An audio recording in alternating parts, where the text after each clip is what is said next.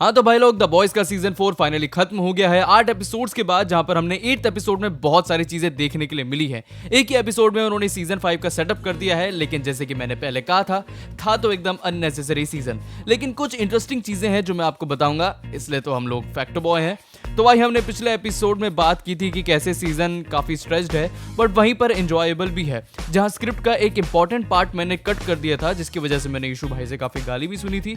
आज हम उसके बारे में बात करेंगे, तो चलिए शुरू करते हैं विदाउट एनी फर्दर डू। तो भाई लोग, जैसे कि लास्ट एपिसोड में दिखाया कि कैसे ना होकर भी सेज का प्लान वर्क कर गया और सारी पावर जो है होमलैंडर के पास है, यानी कि वो है प्राइम मिनिस्टर मेन वाला।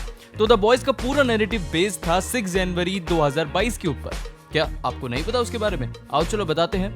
तो ये बेस्ड है 6 जनवरी 2022 के ऊपर, जब इलेक्शंस हारने पर डोनाल्ड ट्रंप के सपोर्टर्स यूएस कैपिटल में घुस गए थे और उन्होंने वहां घुसकर तहलका मचा दी थी।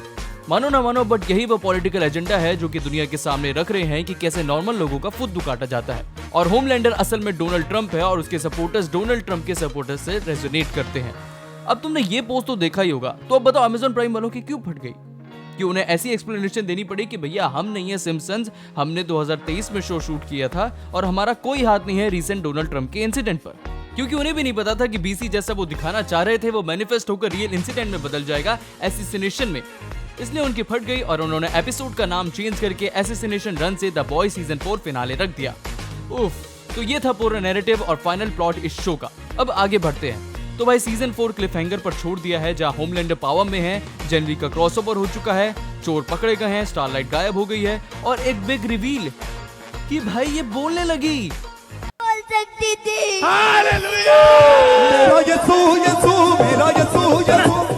हाँ बेटे, अभी क्या हुआ? बोलने लगी। मेरा यीशु यीशु। और बच्चा निकल चुका है होमलैंडर की मारने, जहां हमने देखा कि कैसे द बच्चा सुपर पावर्स का इस्तेमाल कर रहा है, जहां उसने अपनी पर्सनालिटी डिसाइड कर ली है आफ्टर बिट्रेयल ऑफ रायन। भाई ने कमबैक कर लिया जब उसे पता चला कि रायन भी अब एक खतरा है एंड वो एसेट नहीं बनेगा। और अभी फिलहाल रायन का पता नहीं कि वो कहां पर है। तो ओवरऑल एपिसोड अच्छा था, बढ़िया फाइट्स थी, मजा तो आया। लेकिन भाई ये लोग कह रहे हैं कि सीजन 5 बनाएंगे, फिर एक एपिक मूवी बनाएंगे द बचर और होमलैंडर की फाइट पर। क्योंकि मुझे लगता है कि भाई अगर ऐसा ही करना था तो सीजन 4 बनाया ही क्यों? अब कितने पैसे कमाओगे भाई, कितना चूसोगे?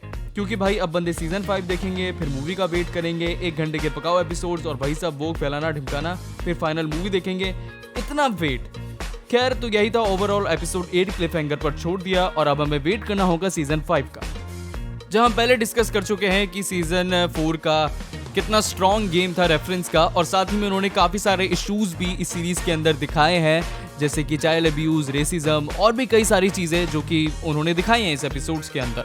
अब आप लोग हमें कमेंट्स में बताइए कि आपके क्या ओपिनियन है इस सीजन 4 के ऊपर, और आपको क्या लगता है कि स्टोरी कैसे आगे बढ़ेगी या फिर आगे क्या चीज होनी चाहिए, और क्या अमेज़न प्राइम मिल्क करेगा या फिर नहीं। तो बस इस वीडियो में इतना ही। सब्सक्राइब कीजिए फैक्टर बॉय को ऐसे ही और बढ़िया फैक्ट्स जानने के लिए, और हम आगे जल्द और अच्छी वीडियोस बनाएंगे। तो हमें सब्सक्राइब करो, कमेंट करो, शेयर करो अपने दोस्तों के साथ और बताओ हमें वीडियो कैसी लगी। थैंक यू सो मच, मिलते हैं नेक्स्ट वीडियो में।